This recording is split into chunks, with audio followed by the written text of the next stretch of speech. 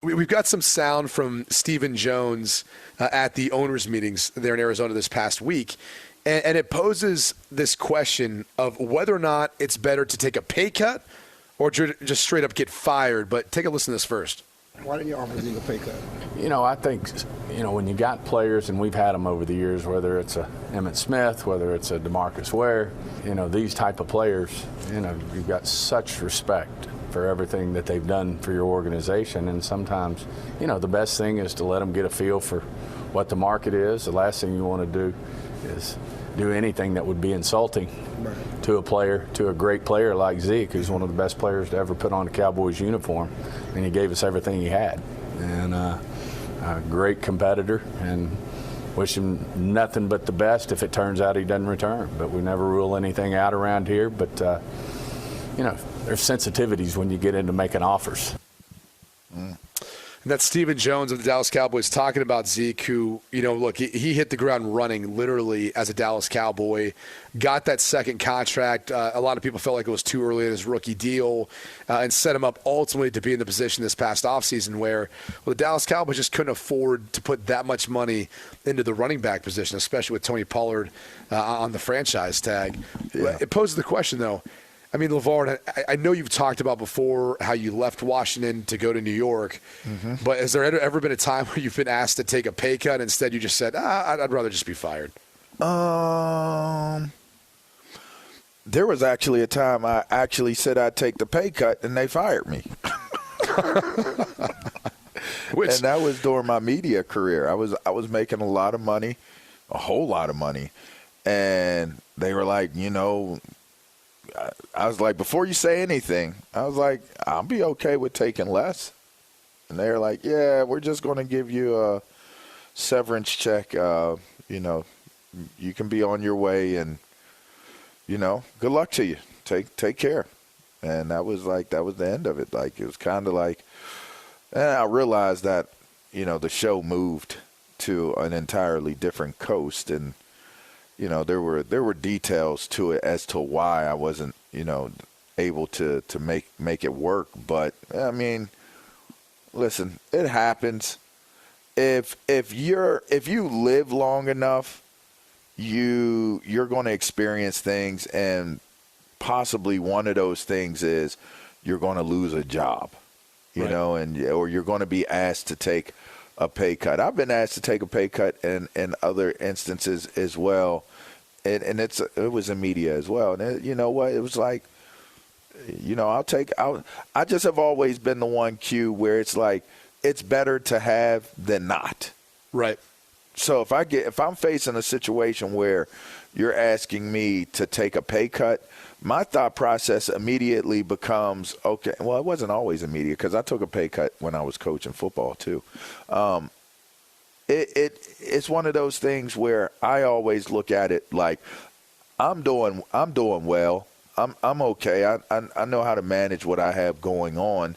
And so if I take a pay cut and I'm making less, but I'm still earning and I'm still building my resume, because I look at the power and the strength and the value of your performances too. So if I'm performing well, then I'm building a resume. And if I'm not getting paid what I'd like to be getting paid, or I'm not getting paid as much as I was getting paid, I'm still getting paid and I'm still building my value. That's kind of how I look at it. Now, others may not look at it that way. Others look at it like, well, they're making money off of you and you need to be fairly compensated and different things. Well, it goes back to our original conversation earlier on in the show. Your value is only what someone is willing to pay you for what that service is. So I'm not one to let my ego get into the way of my opportunities. So if I needed to take a pay cut, I would actually have the conversation. And if the conversation made sense in terms of why I needed to consider this option, then I would make my decision from there. Now, if there was no reasoning behind it, it's like, oh, we just want you to take a pay cut because we just don't think you're that good.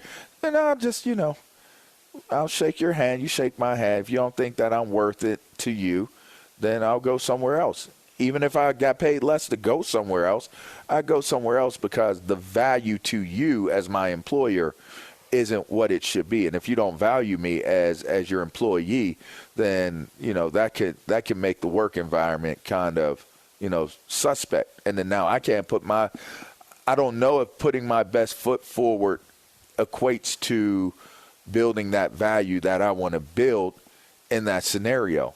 And Right. maybe it does, but I just wouldn't want to be in that type of scenario where I know my employer doesn't want me to be here.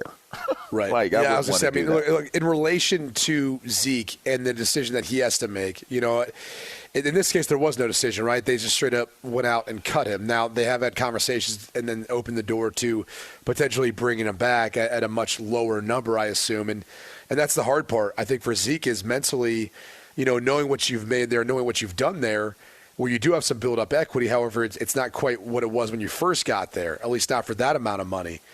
And then coming back to that same place and making less, that's a pride thing. That's an ego thing. It might be hard for you to walk back in the same door and say, like, man, you guys obviously didn't value me enough to want to pay me what at one point you said I should be paid.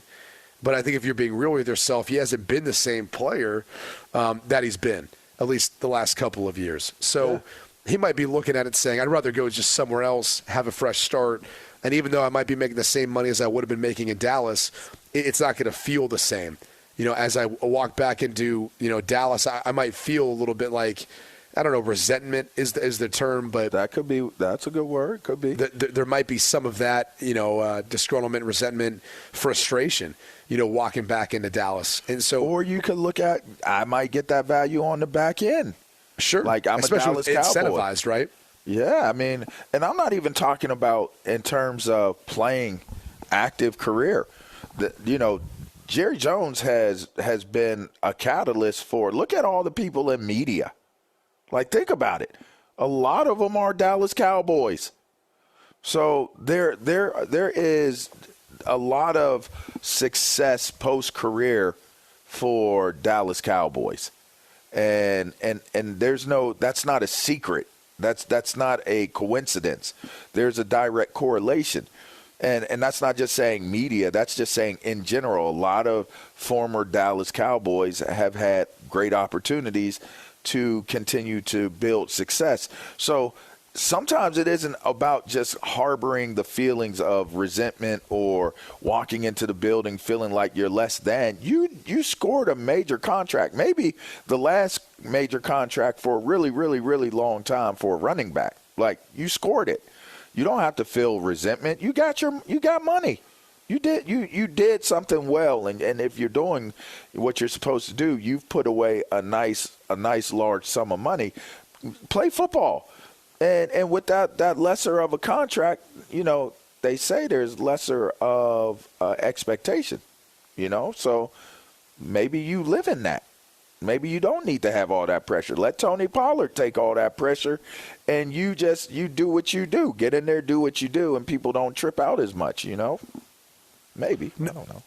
No, it's a valid point. I think for him specifically, it's going to be interesting to see what happens. I think the crazy thing that you talked about, and I've seen stories, or I should say that, I could tell stories of multiple players who I know that took a pay cut come the offseason, this time of the year in March, April, and then you come to find out they get cut right before the season.